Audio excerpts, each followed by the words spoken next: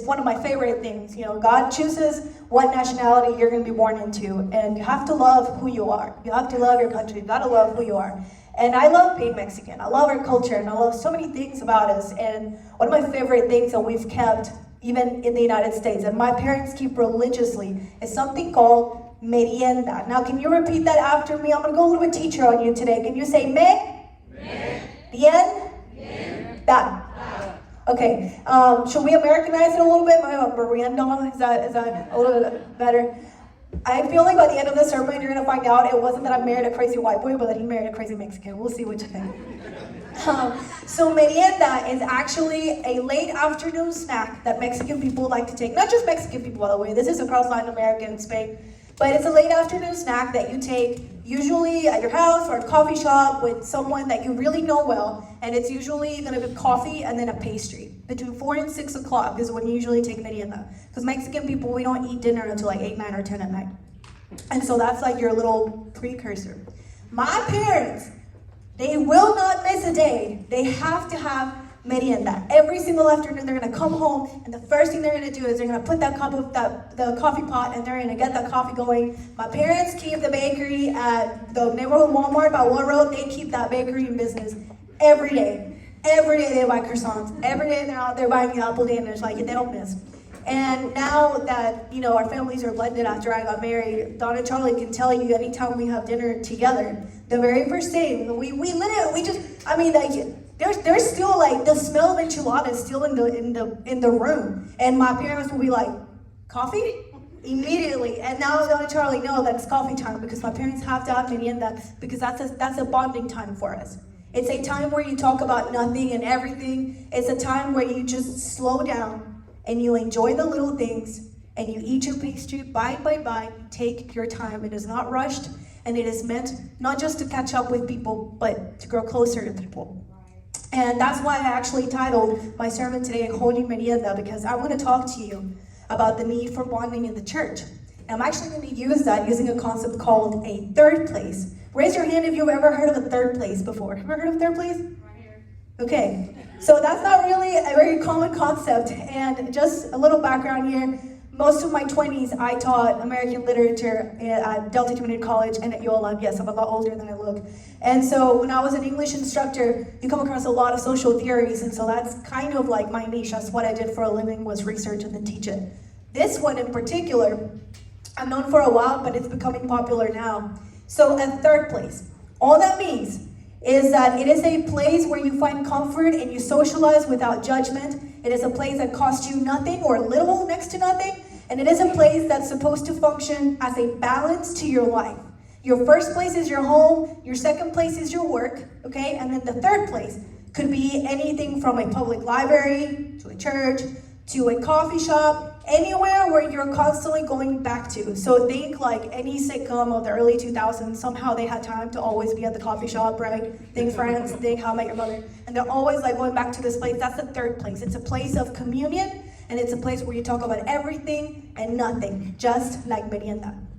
The thing is, here in the United States, over the last 100 years or so, we have lost third places. And it's really nobody's fault, it's just the way that they've designed cities. So if you notice, for example, if you go to New York City, or you go to any really big old city, you're gonna see that they have very established neighborhoods. So if I go to New York City and I go to the Bronx, I'm gonna see that they have little boroughs in between those boroughs where they will have convenience stores at every corner.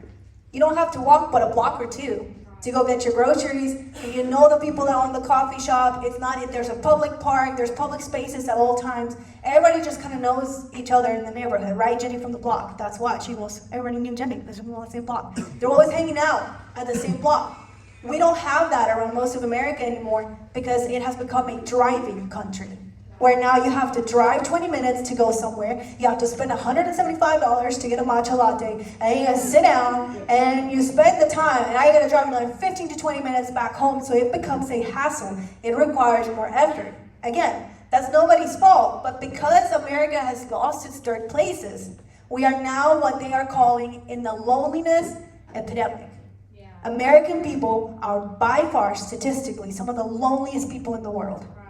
They're some of the richest, they have some of the best conveniences that life can offer, and they're some of the loneliest people.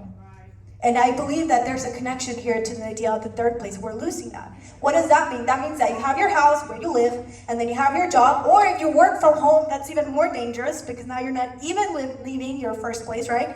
So you have your work, and then you're just kind of like there, right? And so what they're finding is that people, if they were to be interviewed, they'll say that they don't have a lot of friends, but they also don't have time, but they also don't have anything to do, and somehow it's all at the same time, and they can't quite figure out why, right?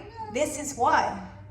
So I'm going to take us through 3 different passages. I'm going to give you some examples of third places. So if you like to take notes, I'm your girl, okay? Because I cannot preach without teaching. That's all I've ever done. So that's how I'm going to do it. Let's get started in the Word. I'm going to go to Luke 19. Luke 19:45. Luke 19:45. So let me just paint a little picture here for you. Jesus he just came into Jerusalem, he entered the city, and there's been this huge entry, like everyone was actually excited to see Jesus.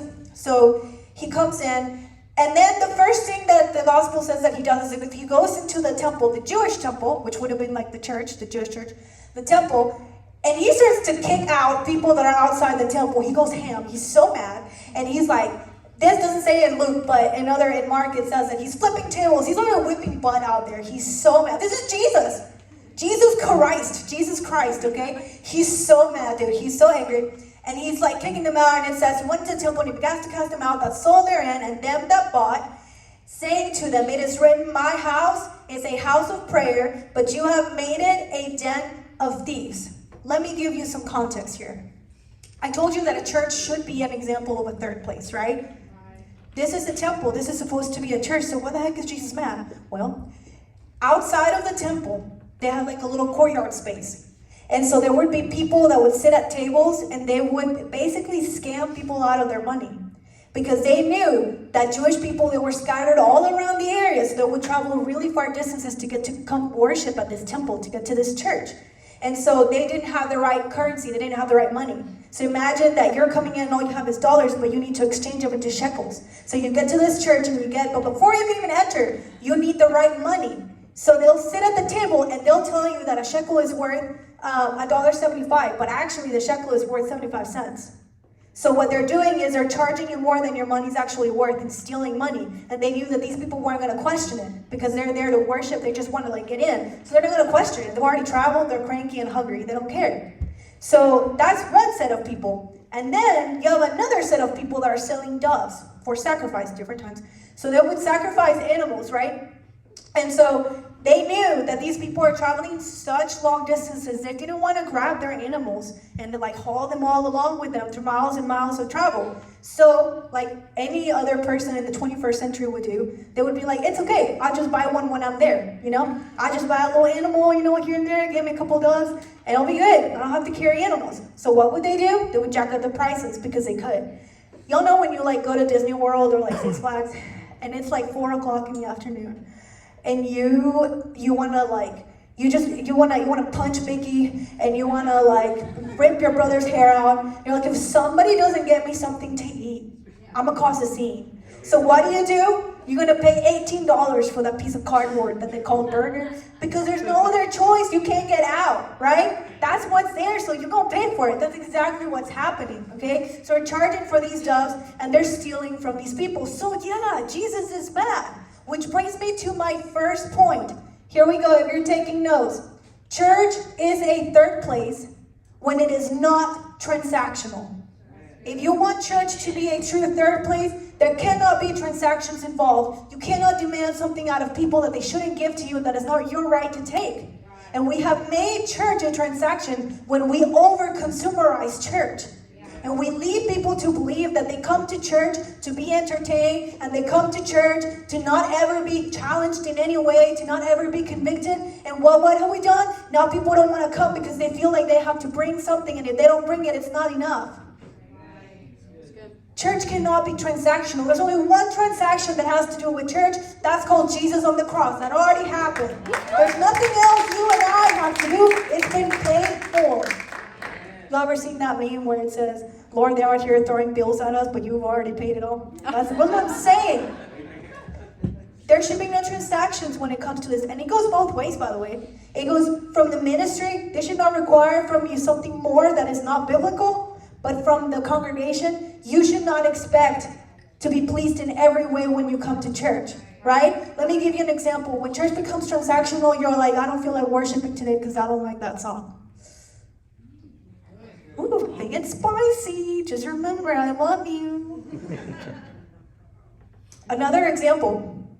Church becomes transactional when you don't feel like it, right?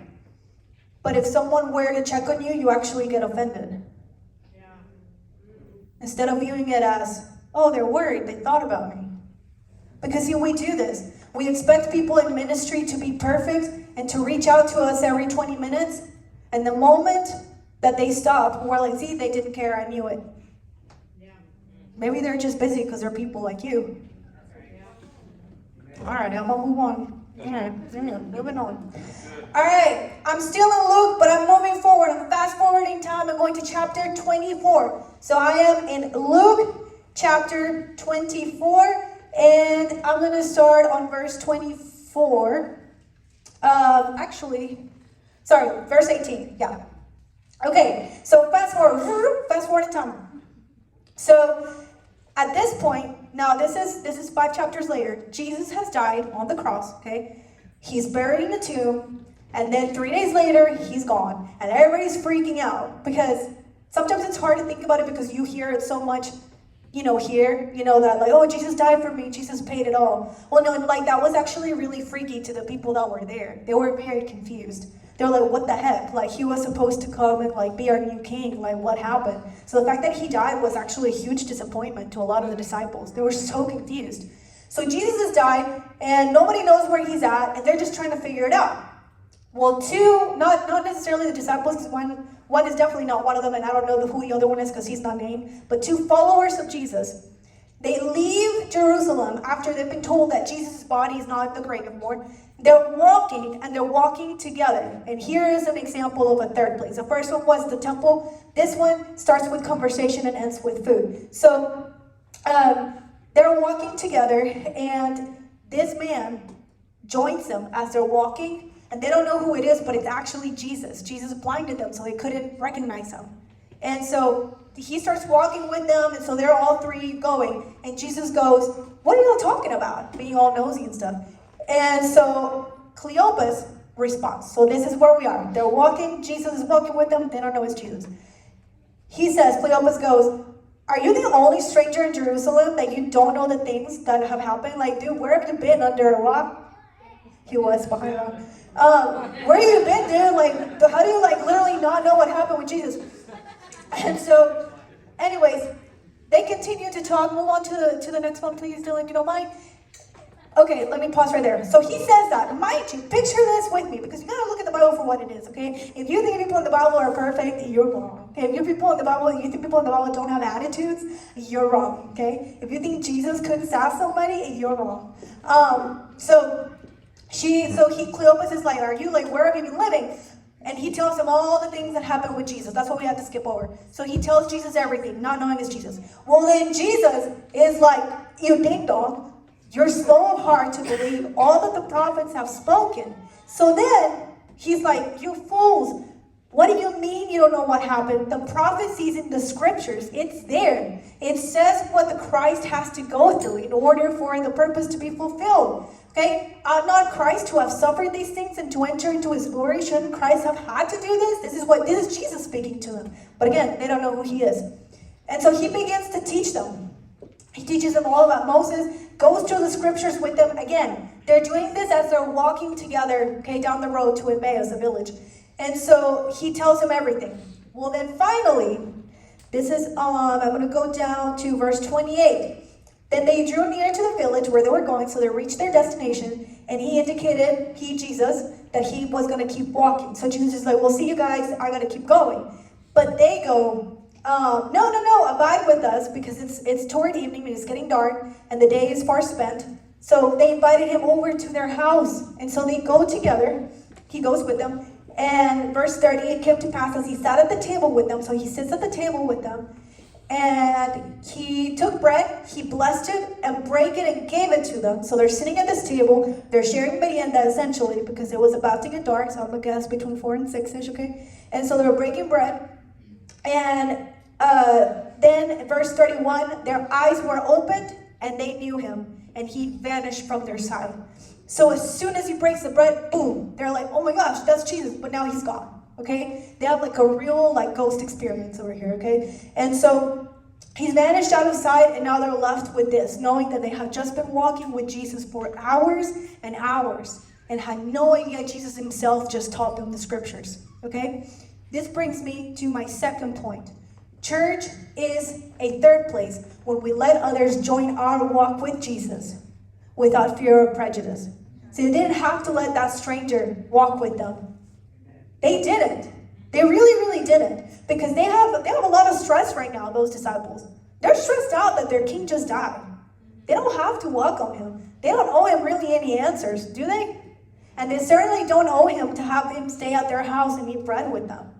They don't owe him that. But when we let other people join our walk with Jesus, I am telling you, I am convinced, because I see it over and over again. We lose people by the handful, and we turn them off from church, not even because of the service itself. It's not even that. It's that I think too many times we have been afraid to let people that are different from us join our walk. We don't let them in close enough to see what it's like to be a real Christian. And so they come out of there thinking they're all fake. They're not going to come to church like that. Let me tell you something. When I was teaching, I probably have counseled hundreds of students since I started teaching college English when I was 21. I was very young. And I've counseled hundreds of people, okay? And they loved to come to my office. And I'm not going to lie to you, sometimes it was annoying. So like running behind, like I procrastinated my lecture. I'm going to get done. But anyways, they would come to my office. And I had this one student, she took me for 3 semesters. So I knew her very well. She comes into my office. I hadn't seen her in 2 weeks. I thought that was strange. She comes and she sits down. So she's sitting facing me. I'm sitting facing her. Behind me, my whole entire wall in my office was bookshelves. And there's this big white frame. And it's something that a friend of mine gave to me, and it's Romans 5:8. It's just really pretty and great. And it's where we know the love of God and this and that he died for us when we were yet sinners. And so it's behind me. So when students would come to my office, although I technically wasn't like allowed to mention faith expressively, unless it wasn't a matter of debate, if they came to my office, they would know I was a Christian, because I have, the thing I had lots of things that would let you know. So she's sitting in front of me. She goes, I have to talk to you. And I'm like, okay. And then I see her look past me. And she just like looks for a second. And I know she's looking at my frame. And then she looks back down at me. And she goes, wait, are you homophobic? And I just look at her and I go, no, I'm a Christian. And she goes, and she's like trying to compute. You know why? Because the word phobia, that means that you're afraid or threatened by something. All she knows is that the Christians in her life have kicked her out, called her names, bullied her away, literally got kicked out of her house for this, and have shown her nothing but hate. So what she knows is that a Christian is afraid or threatened by her sin. So my answer to that is no. I'm not afraid of you and what you do, nor am I threatened by it. One, because I'm not God, but also how in the heck am I going to convince you to come to church with me? If you can't even finish your sentence because you think I'm already judging me. So I go, no, I'm not homophobic, I'm a Christian. And she goes, I have a girlfriend, but our house burned down. And I'm just looking at her and I'm like, I'm sorry, your house burned down. And she just continues and vents about all the things. She was there for at least 2 hours, telling me all about her life. What if I had reacted differently? What if in my prejudice, in my self-righteousness, I would have said, well, no, but in the Bible it says, that's not the time. She needed love at that moment, and I did not lie. Because when it comes down to it, what I want is for her to trust me as a Christian. So that one day she will say, hey, Miss Mejia, where did you go to church? I think I'm ready to come back. Then I'll invite her to my church. Then I'll get closer to her. And then one day she will say, Miss Mejia, I have a question about what I've been doing. Do you think this is a sin? And on that day, I will sit with her and I will say, let me tell you what the Bible says. But at this point, you know that I love you. I've proven it to you. I've let you join my walk. I've seen you. I've seen you see how I live. I know you trust me. So I'm not hating on you. I'm just telling you the truth. We have to let people join our walk. We have to open up. The more we keep people at a distance, the more they will just wonder and make up lies in their head about what Christians are like. Let's move on to the next point. Church is the third place when we are willing to have hard conversations. Notice the two followers when they were walking with Jesus. This was not an easy conversation for them. They were upset, okay? And then it wasn't easy to have Jesus respond with sass also, right? That was not a peaceful, pleasant conversation there for a few minutes, okay? That would have been like really awkward to watch. It would have been super awkward, like the tension there. But what did they do? They handled it with humility. They heard him out, right? And then he taught them everything about the scriptures, and then they kept walking. And by the end of it, what happened? They had already bonded, and now they were ready to have dinner together, right? We have to be willing also that when the time comes to have difficult conversations with people who ask hard questions. And you know how it is. If you are a Christian in this room today, you know what it's like to have somebody that you love not be a Christian. You know what it's like to have them ask questions like, why would God let these things happen? Does a God really exist if there's so much suffering in the world? And every time in the news, when another pastor fails or another church, something happens or whatever, because they come all the time. Even this week, my friend, who is kind of in between churches, is what I would call her right now, she sent me something about a church nearby, and they're in the middle of a scandal. And how did she find out? Through TikTok. And now they're like, a scandal in Reston. It's crazy, okay? And let me tell you something. I can get her to come to church, but she sure enough is on that church scandal TikTok. Because we like the judgy part of things. Because it's a lot easier to criticize other people for their sin than to acknowledge that, well, maybe I should go to church myself. So we have to be willing to have those hard conversations. All right, let's move on. We're leaving Luke now. We're going to Acts. I'm in Acts chapter 17. So you'll go with me. We're in Acts chapter 17. Okay, and we're going to start in verse 22, but let me paint you the picture here. So, now we move through past time. More time has passed. Now, we have Paul. So if you don't know who Paul is, really short synopsis. Paul used to hate Christians. He killed them. His name was Saul. God was like, dang, you're blind. Then he wasn't. Then he saved him. And then Paul started preaching to Christians. And Paul is the reason a lot of us Gentiles know Jesus. Okay? Paul is going around, traveling everywhere in Asia, preaching the gospel. And he gets to Athens. And he goes to a marketplace, which is a third place. The market was very common third place because people were always hanging around. Like, they would take a long time to shop because you're talking about shopping outside. Again, it's not much of an American practice in most places now, but that is very much a third place, a place of community. He's preaching at the marketplace, just yelling out the gospel. Then these philosophers, they hear him, so they take him to this other place called, I'm not going to say it right, the Areopagus. I don't know if that's how you say it. But they take him there, which is also called Mars Hill. And in this place, it was a bunch of philosophers that would literally do nothing but sit there all day long and talk about the newest philosophy. And then people would come and hang out and listen to them. Essentially like the latest gossip and like the latest like self-help, the latest like way that we have figured out life. We know why we're here, where did we come from, what are we made for, all of that stuff, okay? So it was a very public space, a very large space, and it was very educated people that were there.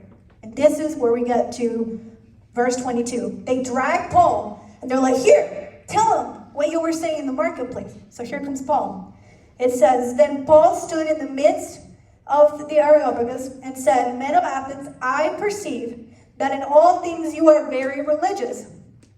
For as I was passing through and considering the objects of your worship, because they would have like altars and stuff, I even found an altar with this inscription, to the unknown God. Therefore, the one whom you worship without knowing, him I proclaim to you, God who made the world and everything in it, he is Lord of heaven and earth, does not dwell in temples made with hands, nor is he worshipped with man's hands, as though he needed anything, since he gives all life, breath, and all things. He starts to preach to them all about God, okay? He addresses the fact that he is very much aware of their philosophies. He's seen their altars. He's not afraid of them. He knows what they're saying. But he's telling this thing that you keep arguing about all day, this thing that you keep yapping about all day, I know who it's about. I know what you're talking about. This unknown God, I know him. And you could know him too. And it even continues, and we don't have that verse up because I forgot to send it. But if you go to verse 28, so Acts 17, verse 28, if you're in your Bible, he goes, this is Paul talking, he goes, for in him we live and move and have our being, as also some of your own poets have said, for we are also his offspring. It's one of my favorite lines in the Bible, and it's actually not necessarily divinely inspired. It's actually a poem. It's a very old Greek poem. Paul was so well read. He knew what was up. He could counteract most arguments presented to him. He was a very smart guy. So what did he do? He took this beautiful line of poetry and he flipped it on them. He said, your own poets write about this God, that we have everything about us, everything in us is in his, through him and by him. Well, I'm just using your own words against you. You talk about this God, that's the God I'm talking about, right? See, we're not that different. The people that will call themselves atheists and agnostics, I actually do find it a little bit funny sometimes, because even the people that say that they don't believe, they would be lying to you if they didn't at least admit that they wonder all the time what the point of life is. They're lying to you. I've been agnostic before. I was lying. I was. Now, I wasn't sure if God was real. I had lost my faith. But I sure as heck wondered every day why I was here all the time. You know why? Because we're designed to figure that out. We are designed to seek God. We are designed for that. That is how he made us. He made us with a hunger to figure things out, and that is why there's 1,000 self-help books, books a million. That's why. Because we can't stop asking the same questions over and over. And so Paul's addressing this, which leads me to my to my fourth point. Church is in third place when the truth is preached unapologetically, even within cultural context. If we want church to truly be a third place for people, we have to still preach the truth. The truth has to be preached. But the truth also has to be preached in a way that makes cultural sense. I cannot preach this same message to you here that I would preach if I was, in a Hispanic church in California. I would have to tweak a couple things, because there would be so much Latina energy in there. I have to tweak some things. I'd have to put some extra flavor in there, okay? It has to be according to the culture. This is something that Paul did very well. Oftentimes, we put our own selves as Christians in a box. And we think that there's only one way to look like the church. No, there isn't. Paul is talking to people that worship demons. Paul is talking to people that kill babies for sacrifice. That's who he's talking to. And what does he do? He tells them, by the way, I've read your own poetry. Yeah, I think you're still talking about the same guy I'm talking about. You just don't know it. We have to preach the truth. If we tiptoe around the truth, that's what the world already does. That's all they ever do is manipulate the truth. That's why you don't even know what to believe. We have the one thing that we can actually believe that doesn't ever change. Why the heck are we not preaching that? I don't feel like tiptoeing around people's feelings if that's going to cost them salvation. I don't want that. Because I will be called, I will be responsible for that. One day God's going to look at me and he's going to say, did you tell them what I told you to tell them on that February Sunday morning? And I have to be able to say, yes, I did my best. We have to preach the truth. Because people are literally dying inside, emotionally, spiritually, mentally dying every single day. Do you want to know, after Paul, how the Christian church actually grew? It wasn't because they were preaching. That helped, of course. It's the most clear way to spread the gospel of church. Do you want to know actually the first 300 years? The first church grew because every time there would be hit with a plague in Rome, people would flee the city. The Christians would stay and nurse all of the sick Romans. They would stay knowing that they could very well die. And they became famous for that. They knew that the Christians were going to stay and just deal with it while everybody else fled. And who would stay, might you ask? Well, it would be the Romans that were already sick. It would be the marginalized people. It would be the people that couldn't afford to leave. It would be the people that had deformities, that couldn't walk themselves, that were blind. Those were the people that were left to fend for themselves. And those were the people that Christians would take care of. That is how they added by the thousands to the church. Not because Paul had something brilliant to say, although that helps, but because the Christians were willing to stay there and be in the mess and take care of them, sometimes at their own risk, because they so believed that we shall be known by the love we have for each other, that they would stay. And I'm asking you, we see people leave the church every day now. We're in the middle of what I already told you is a loneliness epidemic. What are we going to do? Where are we going to stay? And what risk are we willing to take for the sake of the people that can't fend for themselves? When I think about the church, I think of God's design. God knows from the beginning of time, because he's God, obviously, he knew that we would need a church. And I don't mean a church, the church, the big C church. He knew we would need that, because we need that in order to balance out our life. He knew we would, and most of us are blessed to have a place to live. Not everybody has that, but he knew that most people would have a place to live, a place to go home, and a place to work, an occupation, some sort of occupation, or at least something that we do every day, right? And so the need for a third place, that social theory, it's not wrong. It's just misplaced. God designed the church to be a third place. But here's what makes church, the real church, the Big C church. Here's why the Big C church is different from any other third place, like a library or a coffee shop. This is what makes the church different. There's actually two components that have to happen. That all of these points that I have told you about, they cannot function properly. They cannot happen until we get this one thing right. And that is my fifth point. God has to be our third place first. I'm going to say it again because I don't want it to get confusing. God has to be our third place first. No, I don't mean that God comes in third place. That's not how the social theory works. I mean that if a third place is supposed to be an open space where you can just bring who you are, be who you are, and come as you are, talk openly, have dialogues, find intimacy, find friendship, find the meaning of your life. If that's what a third space is supposed to be, then by all means, God has to be your third space. You have to find every single thing in God. Because if you don't find that in God first, those other points, they're not going to work. And actually, let me just prove that to you real quick. I'm going to go back, and you don't have to go back with me just for the sake of time if you don't want to, but I'm actually going to go back to the very first passage that we looked at when Jesus got mad and he went to the temple. We started with him going to the temple, right? But if you actually go back, and I'll go to the next verse, Dalen, if you don't mind, Luke 19. If you actually go back a little bit before, you go to verse 41. Before he goes to the temple, Jesus does this one thing before he goes.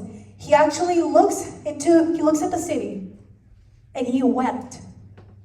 Now there's another mention of Jesus weeping, and that's over Lazarus' death. But Jesus, he stood there and he wept over Jerusalem. He was so moved by the love of God for the people that he was watching.